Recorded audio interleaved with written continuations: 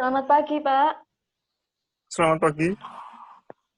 Pak, pasien Nona Leli, BED 1, berusia 19 tahun, B3 dengan eh, diagnosa medis demam tipoid hari ke-7. Demam masih naik turun dengan hasil TTV 110/90 mmHg, HR-nya 70 kali per menit, RR-nya 20 kali per menit, suhu 38,8 derajat Celcius.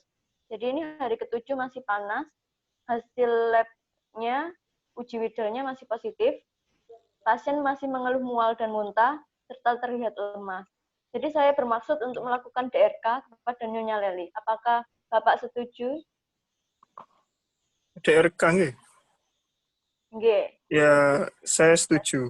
Bagaimana persiapannya dan kapan akan dilakukan? Saya sudah menyiapkan tim yang bisa melakukan DRK sesuai dengan jadwal yang ada. DRK dilakukan besok pada tanggal 31 April 2020. Untuk waktunya masih menunggu kesepakatan dengan tim. Oh, sudah disiapkan. Baiklah, silakan dilanjutkan. Saya tunggu informasi selanjutnya nggih. Baik, Pak. Saya permisi dulu. Ya, silakan.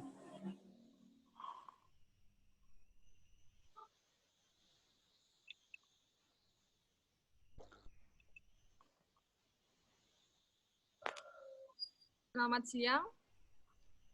Selamat siang. Selamat datang di diskusi kasus yang sudah rutin kita adakan setiap tahunnya. Hari ini kita melakukan refleksi kasus yang telah kita sepakati sebelumnya, yaitu tentang demam tipoid. Sebelumnya kita sepakati terlebih dahulu waktu diskusi kita hari ini. Bagaimana kalau diskusi kita dilaksanakan selama 60 menit? Apakah setuju? Iya, setuju. Baiklah, seperti biasa, diharapkan semua peserta dapat mengikuti diskusi dengan baik dan mengikuti perjalanan diskusi dengan aktif. Untuk acara hari ini, materi akan disajikan oleh penyaji selama 15 menit. Dilanjutkan diskusi selama 30 menit. Kepada penyaji, dipersilakan untuk menyampaikan materinya. Assalamualaikum warahmatullahi wabarakatuh. Waalaikumsalam warahmatullahi wabarakatuh. Pada diskusi kali ini, kita akan membahas tentang demam tipoid pada Nona Leli. Nona Leli sudah dirawat selama 7 hari. Demam masih naik turun, mual muntah, dan tampak lemas. Demam tipoid adalah suatu penyakit yang diakibatkan oleh bakteri Salmonella typhi. Salmonella menginfeksi targetnya dengan berada pada aliran darah dan usus. Diagnosa keperawatan yang diambil adalah hipertermi dan nutrisi kurang dari kebutuhan tubuh. Dari diagnosa tersebut, intervensi yang telah dilakukan untuk hipertermi adalah observasi tanda-tanda vital untuk mengetahui keadaan umum pasien. Selanjutnya, memberikan kompres hangat untuk membantu menurunkan suhu tubuh. Selanjutnya, ada yang ketiga, menganjurkan minum banyak, sekitar 1.500 sampai 200 cc air untuk mengganti cairan tubuh yang menguap akibat hipertermi. Selanjutnya, nomor 4, menganjurkan pemakaian baju berbahan tipis dan menyerap keringat untuk menjaga agar klien merasa nyaman dan mengurangi penguapan tubuh. Yang kelima, kolaborasi dengan dokter dengan memberikan antipiretik dan antibiotik untuk mengurangi panas dan infeksi. Sedangkan intervensi untuk masalah nutrisi yaitu menjelaskan kepada pasien dan keluarga tentang manfaat makanan dan nutrisi untuk meningkatkan motivasi makan. Yang kedua, memberi nutrisi dengan diet lunak, tidak menggunakan banyak serat, tidak merangsang maupun menimbulkan banyak gas, dan hidangkan saat masih hangat untuk meningkatkan asupan makanan karena mudah ditelan. Yang ketiga, memberikan makanan yang bervariasi agar pasien tidak merasa bosan dan nafsu makan meningkat. Yang keempat, menyajikan makanan dengan sedikit tapi sering untuk menghindari mual dan muntah. Yang kelima, menganjurkan menjaga kebersihan mulut untuk menghilangkan rasa tidak enak pada mulut dan meningkatkan nafsu makan. Yang keenam, kolaborasi dengan dokter, pemberian antasida untuk mengurangi rasa mual dan muntah. Dari apa yang telah kita lakukan sesuai intervensi yang ada, tapi pasien belum menunjukkan keadaan adanya peningkatan yang berarti. Mungkin Itu yang dapat saya sampaikan. Silakan untuk dilanjutkan diskusinya.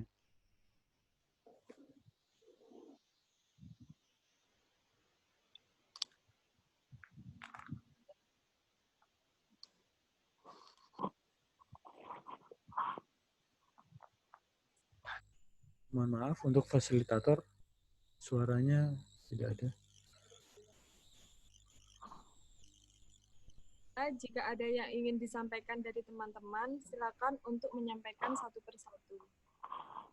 Baik, terima kasih. Saya ingin menyampaikan bagaimana demamnya pasien tersebut, lalu apakah demamnya seluruh tubuh atau bagian apa saja, atau bagaimana. Pasien dengan demam yang tidak kunjung turun, kita harus waspada dan berhati-hati apabila pasien demamnya mulai dari leher ke atas. Ketika demam seperti itu, kita harus mengecek suhu di dahi, jangan hanya mengecek suhu di aksila saja. Di aksila hasilnya sudah tinggi, bisa saja di dahi itu lebih tinggi dengan kriteria demam semacam itu. Nah, untuk masalah yang bisa timbul ketika kita tidak melakukan itu, panas yang tinggi mulai dari leher ke atas itu bisa menyebabkan penurunan kesadaran jika itu terlewatkan.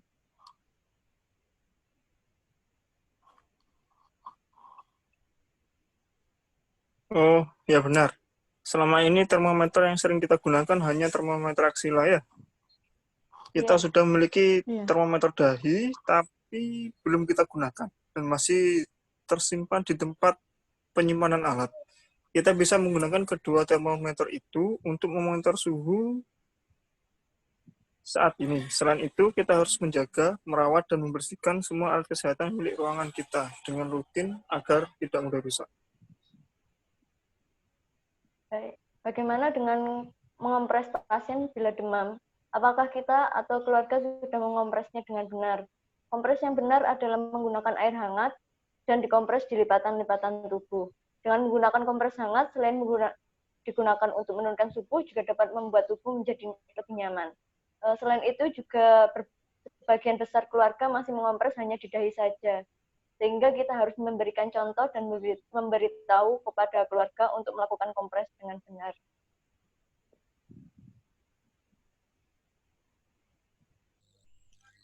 Ya, benar sekali. Menurut penelitian yang saya baca oleh Wahyuni tahun 2012 menunjukkan bahwa pemberian kompres hangat pada daerah aksila dan dahi menurunkan suhu tubuh klien yang dikompres air hangat di daerah aksila rata-rata 0,0933 derajat Celcius. Sedangkan penurunan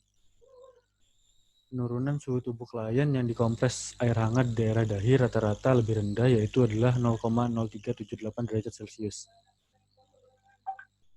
Ya, saya setuju dengan apa yang telah dijelaskan barusan. Saya pernah membaca juga penelitian oleh Hidayati 2014 bahwa ternyata terdapat tindakan lain yang digunakan untuk menurunkan panas, yaitu tepit sprong. Tepit sprong merupakan suatu prosedur untuk meningkatkan kontrol kehilangan panas tubuh melalui evaporasi dan konduksi yang dilakukan pada pasien yang mengalami demam tinggi. Tujuan dilakukan tindakan tepit sprong itu selama dengan kompres hangat, yaitu untuk menurunkan suhu tubuh pada pasien yang mengalami hipertermi. Tepit sprong itu dilakukan dengan cara mengelap seluruh tubuh dengan menggunakan waslap lembab hangat selama 15 menit. Benar sekali. Saya juga pernah membaca dan pada penelitian yang dilakukan oleh Arianti Wardia pada tahun 2016 yang menjelaskan bahwa efek hangat dari waslap saat dilakukan tepit sprong dapat memvasodilatasi pembuluh darah sehingga aliran darah menjadi lancar. Kulit memiliki banyak pembuluh darah. Ketika demam, kemudian diberikan tindakan tepit sprong, panas dari darah berpindah melalui dinding pembuluh darah, kemudian ke permukaan kulit, dan hilang keluar tubuh. Tepit sprong ini lebih efektif menurunkan suhu tubuh dibandingkan dengan kompres hangat. Disebabkan hanya adanya seka tubuh pada tepit sprong yang akan mempercepat vasodilatasi pembuluh darah seperti tadi di seluruh tubuh, sehingga evaporasi panas dari kulit ke lingkungan sekitar akan lebih cepat dibandingkan hasil yang diberikan oleh kompres hangat yang hanya mengandalkan dari stimulasi hipotalamus.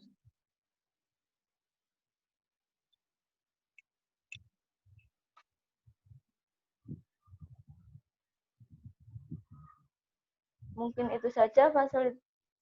Fasilitator bisa dihentikan suaranya, tidak ada suaranya.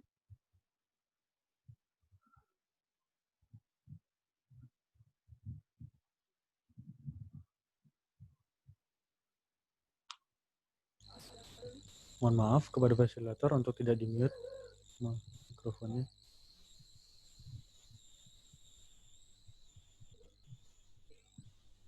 Adalah seputar permasalahan mengenai kenaikan suhu yang terjadi pada demam tipoid. Apakah terdapat tambahan masalah lain yang dapat disampaikan? Saya ingin menyampaikan bahwa permasalahan yang biasa muncul itu pasien tidak mau makan, terus keluarga tidak bisa memaksa pasien dengan baik. Kita meminta kepada keluarga untuk selalu memberikan makanan sedikit demi sedikit. Pasien yang masih sulit makan, kita harus menanyakan makanan kesukaannya itu apa.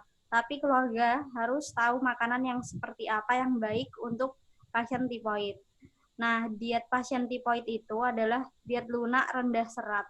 Biasanya petunjuk diet yang dianjurkan oleh dokter antara lain itu yang pertama adalah makanan yang cukup, baik cairan, kalori, vitamin, ataupun proteinnya. Terus yang kedua itu tidak mengandung banyak serat. Terus yang ketiga ada tidak merangsang dan tidak menimbulkan banyak gas.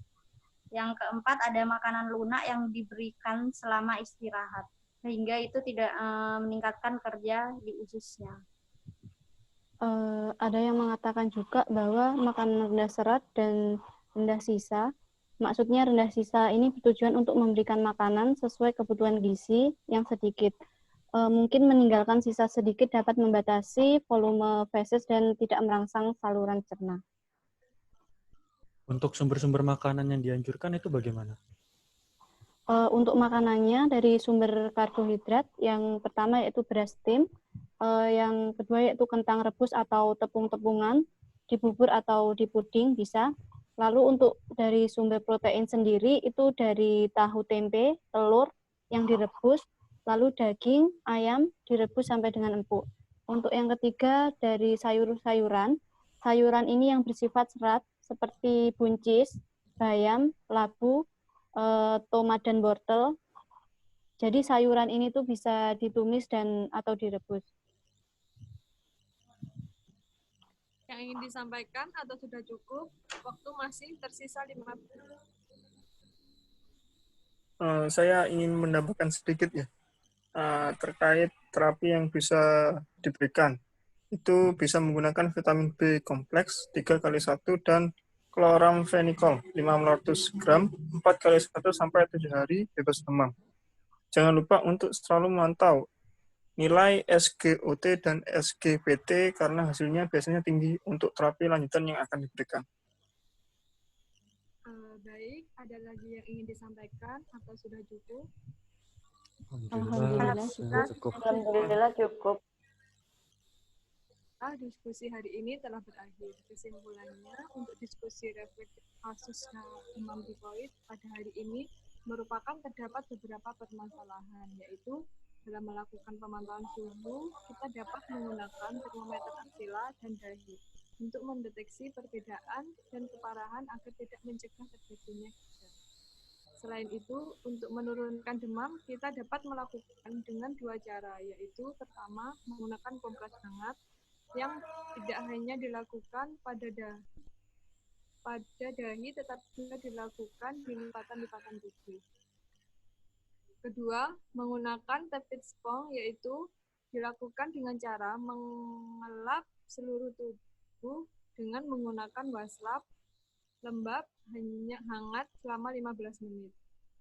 Diet menggunakan diet lunak rendah serat yang selalu memantau hasil lab pasien mengenai SGOT dan SGPT.